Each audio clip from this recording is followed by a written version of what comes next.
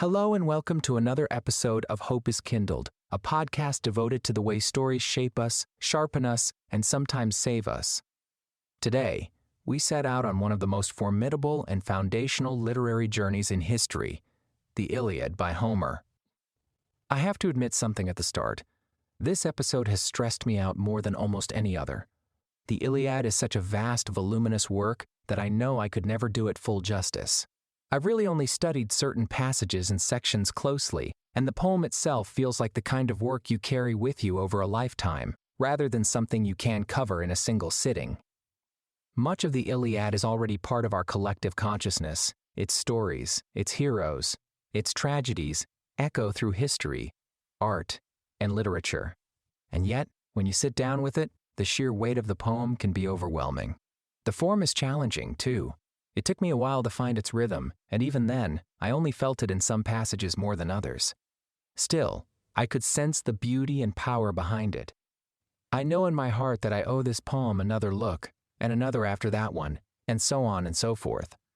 But maybe that's part of the lesson. Some works are not meant to be consumed and then set aside. They are meant to be lived with, to be returned to again and again, each time revealing something new. So while I don't claim to unlock all the depth of the Iliad, I do want to do what we always do here on Hope is Kindled, look for the hope. Because even in a poem of war and loss, there is hope, in courage, in honor, in the human drive to seek meaning in the face of mortality. Therefore, I must apologize in advance. This is going to be a longer one, and thereafter, I must be quick to ask, where is the hope in Homer's Iliad? At first glance, it seems like there shouldn't be any. The Iliad is, after all, a story of war, of rage, of suffering, of heroes cut down in their prime. But if we look closer, through the dust of Troy's walls, through the clash of armor and the sorrow of loss, we find glimmers. We find hope and courage, in honor, in the bonds between comrades, and even in the beauty of the poetry itself, which has endured for nearly 3,000 years. The Iliad reminds us that even in the face of violence and inevitability, the human spirit searches for meaning. And in that search, in the insistence on finding dignity and light in the darkest of struggles, we discover hope. It is a tale of gods and warriors, of pride and loss, and of humanity grappling with its mortality amidst the divine. Since I was a little boy, I've loved Greek and Roman mythology. These stories always seemed larger than life, yet they always had something massive to impart, lessons about the human spirit, honor, courage, and sorrow. The Iliad bridges that world between myth and recorded history in a way that no other work quite has. Perhaps the most unfortunate truth about this work is that we know little for certain about the author, Homer. Homer is an enigma. Homer, the legendary author of both the Iliad and the Odyssey, was said to be a blind bard who lived around the 8th century BCE. Some believe he was a single historical figure, while others argue that Homer may represent a group of storytellers whose oral poems were eventually compiled. Regardless, the poetic voice attributed to Homer shaped the Western literary tradition forever. While the Iliad is rooted in mythology, its setting draws from the Late Bronze Age and the Mycenaean civilization around 1200 BCE. The Trojan War, whether mythic or based on truth, centers on the Greek siege of Troy. Archaeological discoveries in the 19th century by Heinrich Schliemann at the site of Hisarlik in modern-day Turkey support the idea that Troy was a real city that experienced a catastrophic war. Many Greek city-states contributed to the Trojan expedition, including Mycena, Sparta, Pylos, Ithaca, Argos, and Athens. The Iliad is composed in dactylic hexameter, a metrical pattern that gives the poem its rhythmic grandeur and unforgettable cadence. This form, with its 6 feet per line moving in a long short rhythm, is not only technical artistry, but a living heartbeat for the epic. In the ancient world, before writing was widespread, such rhythm was essential. It acted as a mnemonic device for bards reciting thousands of lines from memory, ensuring that the song of Achilles could be carried faithfully from generation to generation. What to us feels like solemn poetry was, to Homer's listeners, a steady current that made the stories of war, grief, and honor both memorable and sacred. Beyond meter, Homer enriches his verse with epithets, recurring descriptive phrases such as swift-footed Achilles. On one level, these were practical tools, allowing a poet to fit a familiar phrase into the rhythm of a line. But on a deeper level, they shaped how audiences experienced the characters in their world. Achilles is never just emperor. Achilles, he is always swift-footed, defined by his speed, his relentless motion toward destiny. These epithets became emotional anchors, tying characters to qualities that transcended the immediate moment and linking human life to cosmic patterns. Homer also employed formulaic phrases and repeated scenes, heroes arming for battle, warriors feasting in their tents, or the ceremonial preparation of sacrifices. Far from being redundant, these repetitions provided structure and familiarity, reinforcing cultural rituals and moral values. The audience, hearing the paraph, same phrases echo in different contexts, was reminded of the continuity of human experience. Every feast is connected to the last, every battle echoes earlier struggles, every dawn mirrors all that came before. In this way, Homer's art is both deeply personal and profoundly communal. It holds listeners in a shared rhythm of remembrance, stitching together memory, culture, and identity. In short, the poetic machinery of the Iliad is not ornament, it is the very vessel that carries its meaning. The grandeur of dactylic hexameter, the resonance of epithets, and the ritual of formulaic scenes all work together to elevate the deeds of mortal men to a level of timeless significance. When we read these lines today, translated though they may be, we can still feel the pulse of an oral tradition that once bound entire communities together in awe and reverence. Now we must ask, where does the myth end and the reality begin? For centuries, Troy seemed like a city of legend, existing only in the verses of Homer's Iliad. Then, in the 19th century, the German archaeologist Heinrich Schliemann, building upon the earlier, careful observations of Frank Calvert, turned his attention to a hill in northwestern Turkey known as Hisarlik. Schliemann was convinced that beneath this mound lay the remains of the legendary Troy. With determination and sometimes reckless excavation methods, he began to dig. What he uncovered astonished the world. Layer upon layer of buried settlements emerged, each representing a different period of human habitation, each whispering fragments of long-forgotten lives. The discoveries revealed that Hisarlik was not one single city frozen in time, but a palimpsest of civilizations, built and rebuilt across centuries. Some layers bore the marks of prosperity, fortified walls, imposing gates, and artifacts that hinted at a people engaged in trade and culture. Others bore the scars of fire and ruin, collapsed fortifications, and signs of violent destruction. Here was a city that had known both triumph and tragedy, wealth and calamity, stability and siege. And so again we ask, where does the myth end and the reality begin? For many, these ruins offered tantalizing confirmation that Homer's story was not mere invention, but rooted in real places and perhaps real events. While we cannot say with certainty which, if any, of these layers was the Troy of Achilles and Hector, the echoes are undeniable. The city revealed at Hisarlik reflects the warlike, fragile world of the Iliad, a world where grandeur was inseparable from the inevitability of loss.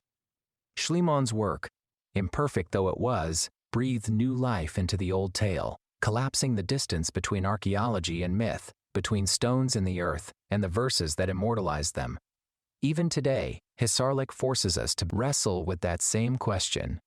Where does the myth end and the reality begin? Perhaps the answer is that it never fully does. Stories endure because they hold kernels of truth.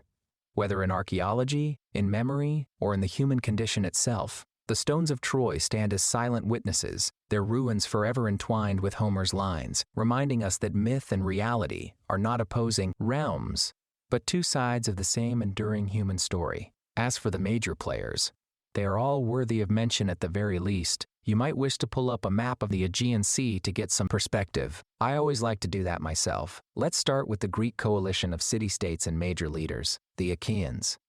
Otherwise known as the Greeks, were not a unified nation but a coalition of many kingdoms, each led by its own king.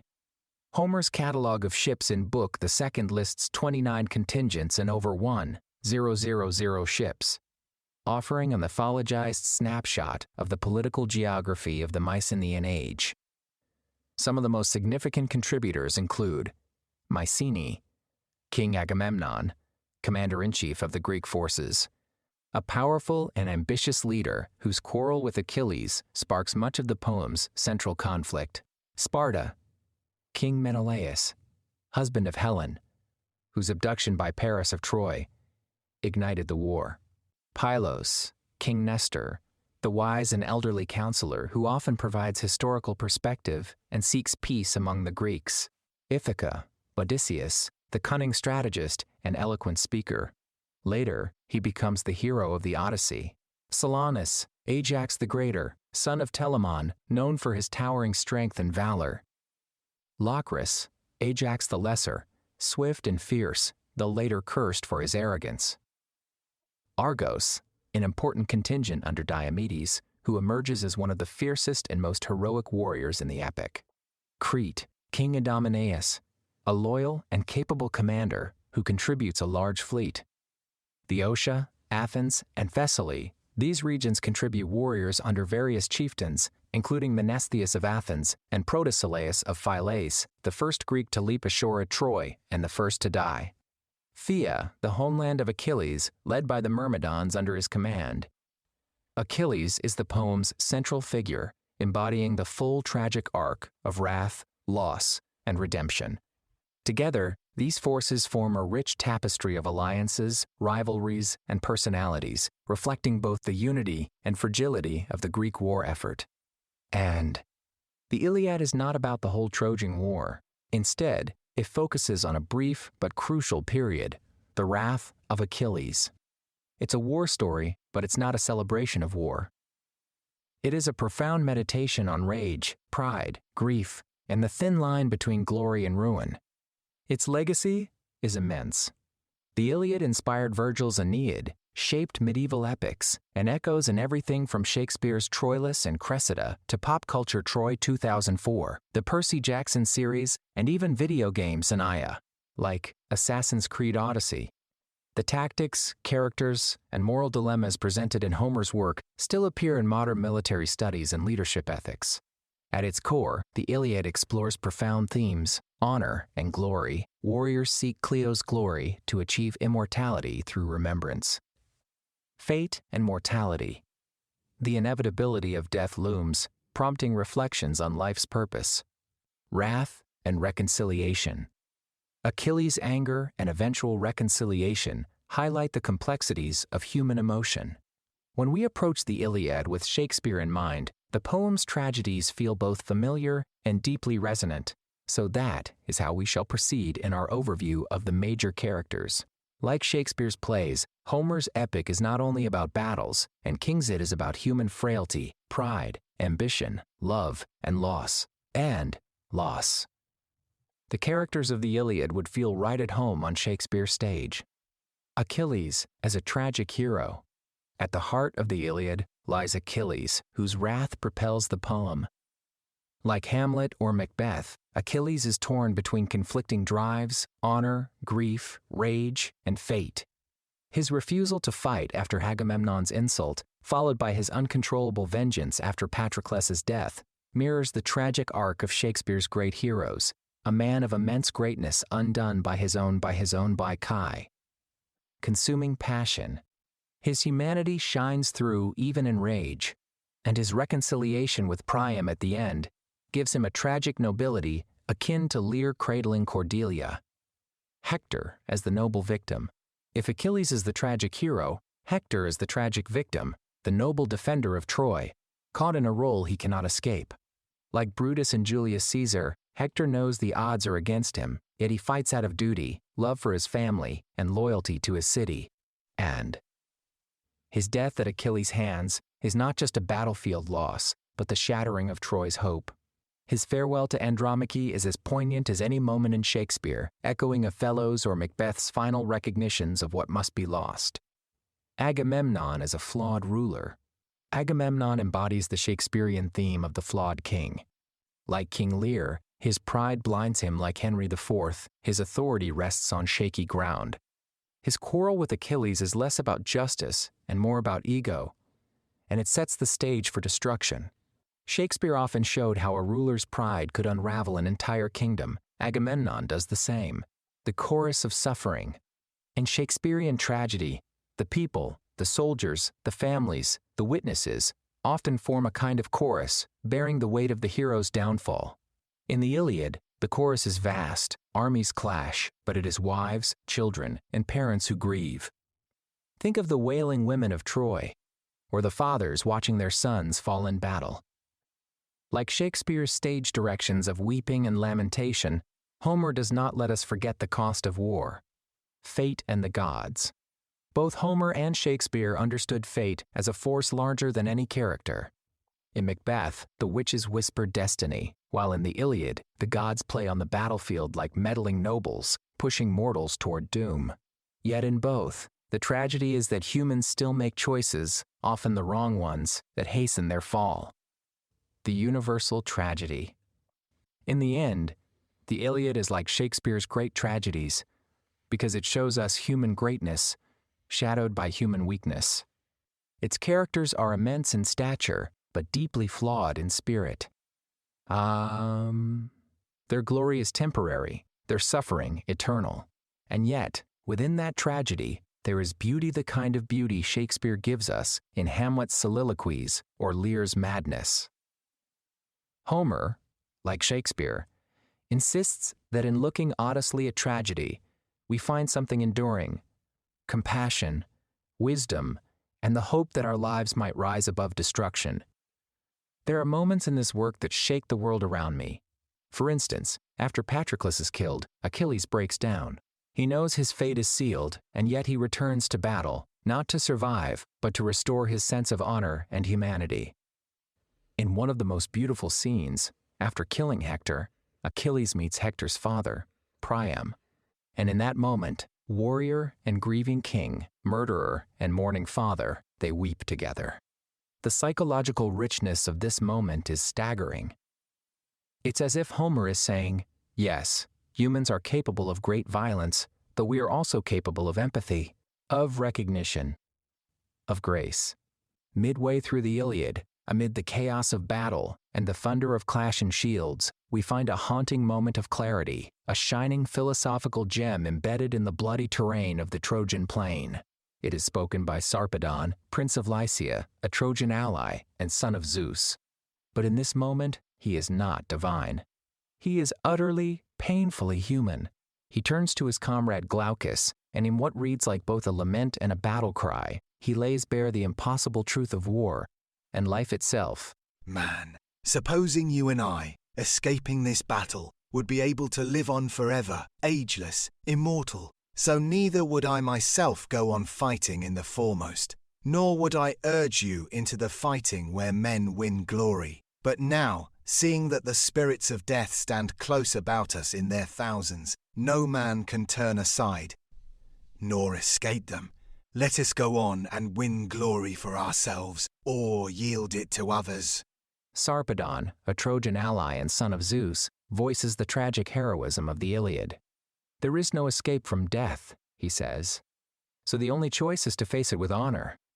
It is not a glorification of war, but a recognition that life, fleeting as it is, must have purpose, must have courage.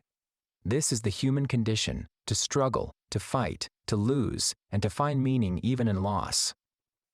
As for the enduring legacy of the Iliad, we can begin by breaking it down into large, sweeping categories. These give us a sense of just how deeply Homer's words have traveled through history, shaping art, culture, and imagination for nearly 3,000 years. First, classical and Renaissance literature. The ancient Greek tragedians Aeschylus, Sophocles, and Euripides all wrote in the shadow of Homer. Their plays echoed the themes of honor, fate, and tragic downfall that pulsed through the Iliad. Centuries later, during the Renaissance, Shakespeare himself took up the Trojan War in Troilus and Cressida, offering a cynical, almost satirical lens on the same legends. Even as he questioned the ideals of heroism, Shakespeare proved the power of Homer's story to adapt and survive. Second, modern retellings. Contemporary writers continue to breathe new life into Homer's tale. Madeline Miller's The Song of Achilles is one of the most beloved recent reimaginings, exploring the relationship between Achilles and Patroclus with tenderness, depth, and romance. By giving modern readers a fresh emotional entry point, Miller reminds us that these ancient figures are not just marble statues, they are human, relatable, and alive. But perhaps the most powerful example among them to showcase Homer's endurance is Percy Jackson and the Olympians. Rick Riordan's series, along with its movie A Disney Plus adaptations, reintroduce Greek myth to a new generation, blending humor, adventure, and contemporary life with timeless legends. Millions of young readers first learned the names of Achilles, Odysseus, and the Trojan War through Percy Jackson. For many, this was the spark that opened the door to Homer, to mythology, and to the classics themselves. It's not an exaggeration to say that Riordan reignited Homer for the 21st century. Third, visual and digital art. For centuries, Homer's words have inspired artists to paint, carve, and reimagine. Ancient vase paintings and sculptures depicted scenes of Achilles, Hector, and the fall of Troy. In more recent times, films like Troy starring Brad Pitt, Brian Cox, and Eric Bana brought the epic to the big screen, while the BBC's Troy, Fall of a City sought to retell the saga for a new generation. Graphic novels, like Eric Shanower's Age of Bronze, have also adapted Homer into a visual medium, making the myth accessible in panels and ink. Fourth, video games. Even digital storytelling has taken up Homer's legacy. Games like Assassin's Creed Odyssey weave elements of Greek myth and Homeric atmosphere into expansive worlds that players can explore. Though not strict retellings, these games show just how much the Iliadic imagination continues to fascinate and inspire even in the most modern forms of art. Fifth, military studies. The Iliad is not just poetry, it is also one of the oldest surviving explorations of leadership, strategy, and the psychology of combat. For this reason, it continues to be studied in military academies around the world. Generals and soldiers alike have drawn lessons from its depictions of courage, hubris, discipline, and the costs of war. And, of course, there are many, many more examples. The truth is, the Iliad and the Odyssey are so deeply woven into our collective consciousness that even when we are not directly referencing them, we are often recreating Homeric atmospheres and repeating Homeric metaphors without realizing it. The concept of an Achilles heel, the nobility of a Hector, the rage of an Achilles, the cunning of an Odysseus, these have become part of our everyday vocabulary. The enduring legacy of the Iliad reminds us that this is not just an ancient story locked in time. It is a living, breathing force that continues to shape literature, art, politics, psychology, and culture. To read Homer is to join a conversation that has never really stopped, and to listen closely is to realize we are still Homeric, whether we know it or not. Despite the bloodshed, the Iliad is filled with reminders that what lasts is not conquest, but compassion. Priam's embrace of Achilles, Andromache's farewell to Hector, the lamentations of the women of Troy, these are the moments that move us. Even in the flicker of war, we find love, sacrifice, and memory. As readers, we can draw hope from the resilience of the human heart. The Iliad teaches us that we are not defined by power or pride, but by how we respond to grief. Do we retreat into rage or reach out, as Achilles does, in an act of shared sorrow? Perhaps the answer is meant to reside in the mind of the reader. And what of the hidden heart of the poem? What of Helen? When we read the Iliad, it's easy to be swept up in the grandeur of Achilles' wrath, Hector's bravery, or the gods meddling in mortal affairs. But if we shift our gaze, if we listen closely, there is another voice at the very center of the storm. Helen. Helen is, in many ways, the hidden heart of the poem. She is not out on the battlefield wielding a spear, but she is the reason the battlefield exists at all, and she knows it. Unlike so many of the warriors who clamor for honor, Helen sees the devastation and feels the weight of it personally. Her words to Hector in Book V are haunting. Would that evil death had been pleasing to me when I followed your son hither, leaving my chamber, my kinsfolk, my child, and my darling companions. This is not the speech of a triumphant figure. It is the lament of a woman caught in the gears of fate, mourning the home, the family, and the very self she left behind. From Helen's perspective, the war is stripped of its heroism. There is no glory here, only regret. She embodies the truth that the costs of war are borne most heavily not by the warriors who seek fame, but by those left behind: women, children, and the voiceless. In this way, she's a kind of chorus, reminding us that the tale we are reading is not just about valor, but about suffering. And yet Helen is more than victim. She is also self-aware in a way few others in the poem are. She refuses to hide behind excuses, nor does she romanticize her role. Like Shakespeare's Lady Macbeth, she is tormented by what her choices and circumstances have unleashed. But unlike Lady Macbeth, she does not collapse. She endures. She lives with her sorrow, her shame, and her memory. That endurance itself is a form of strength. Her very survival, her insistence on voicing her regret rather than silencing it, becomes a kind of quiet hope.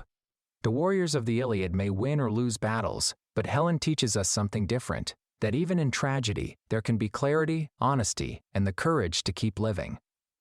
She is the reminder that human dignity is not only in victory, but in enduring the unbearable. And perhaps that is why Helen's name has never faded. She is the hidden heart of the Iliad, the voice that softens its edges of bronze and fire with a very human lament. Her tragedy is unforgettable, but so is her resilience. And that, in itself, is a form of hope that even when surrounded by destruction, one voice of honesty can survive and echo across the centuries. To me, the Iliad is a book that inspires growth. It reminds me that when life feels overwhelming, when we suffer loss, there is honor in how we continue forward. There is healing in empathy, and there is power in remembering the humanity of our enemies. This episode of Hope is Kindled is dedicated to one of my dearest friends, Noah. His love of Greek and Roman literature is absolutely contagious, and his wealth of knowledge about world literature is nothing short of inspiring. Every time I read Homer, I hear his voice reminding me how deeply these texts matter. Noah, this episode's for you. Speaking of Noah, I imagine he would love my final comments on the gods and their role. If there's one thing you notice right away in the Iliad, it's that the gods just can't keep their snoots out of anything. Every battle, every argument, every duel seems to have a god meddling somewhere behind the scenes. Think of them as that group of nosy relatives who always show up uninvited and then stir the pot. Hera and Athena can't resist pushing the Greeks forward, while Aphrodite is constantly bailing out Paris, even when he's in way over his head. Zeus sits on high, pretending he's impartial, but even he gets drawn in, tipping the scales whenever it suits him. And poor mortals there stuck fighting a war where the outcome is less about their courage and more about which god has their back that day. For the ancients, this wasn't just mythology, it was a way of explaining the randomness of life. Why does one person fall and another survive? Why does one side suddenly rally while the other collapses? Homer's answer: because the gods stuck their snoots in. Boiled down, the gods in the Iliad are like cosmic busybodies. They remind us that humans may fight and bleed, but larger forces, call it fate, chance, or divine interference, often push events beyond our control. And just like today, sometimes it feels like the universe is meddling in ways we'll never fully understand. Now let's have some fun before we go. In Homer's Iliad, Achilles wrestles with the ancient dilemma: should a hero live a long, obscure life, or embrace a short life of glory that will echo through history? His choice to fight, knowing it seals his doom, establishes the archetype of the warrior who values meaning over comfort. In One Piece, Monkey D. Luffy embodies this same spirit in a modern, joyful key. He doesn't chase renown for its own sake, but he refuses to compromise on freedom, friendship, or his dream of finding the One Piece. Like Achilles, he chooses a path fraught with peril, but also one that burns brightly with significance. The Straw Hat Captain reminds us, as Achilles did millennia ago, that greatness lies not in how long we live, but in how fully we live. While the Iliad is often remembered for its battles, its most poignant moments are about love and loyalty between friends. Patroclus's death breaks Achilles not because of lost honor, but because he lost the one who gave his life meaning. Hector's tender farewell to Andromache and their infant son lingers as one of the most human moments in the epic. In One Piece, this same theme radiates through the bonds of the Straw Hats. When Zoro offers his life in place of Luffy's at Thriller Bark, whispering nothing happened, he embodies Patroclus's selfless courage. When Nami asks for help against Arlong and Luffy places his treasured hat on her head, he echoes Hector's protective love for his family. Across centuries, both texts testify that comradeship is the deepest strength in the face of suffering and death. Homer's world is crowded with gods who meddle in mortal affairs. Athena, whispering courage into a warrior's ear, Apollo sending plagues, Zeus tipping the scales of battle. Human beings are never entirely in control. So too in One Piece, the sea itself is an unpredictable deity. Storms swallow ships, monstrous creatures rise from the depths, and the mysterious will of Di shapes destinies beyond human understanding. Just as Achilles could not escape his fate, Luffy carries a burden larger than himself. Yet both stories suggest that while destiny may set the stage, what defines us is how we respond, with defiance, courage, and joy. Perhaps most striking is how both works end not in triumph, but in reflection. The Iliad closes with Hector's funeral, not the fall of Troy, underscoring that even in the shadow of death, dignity and love remain.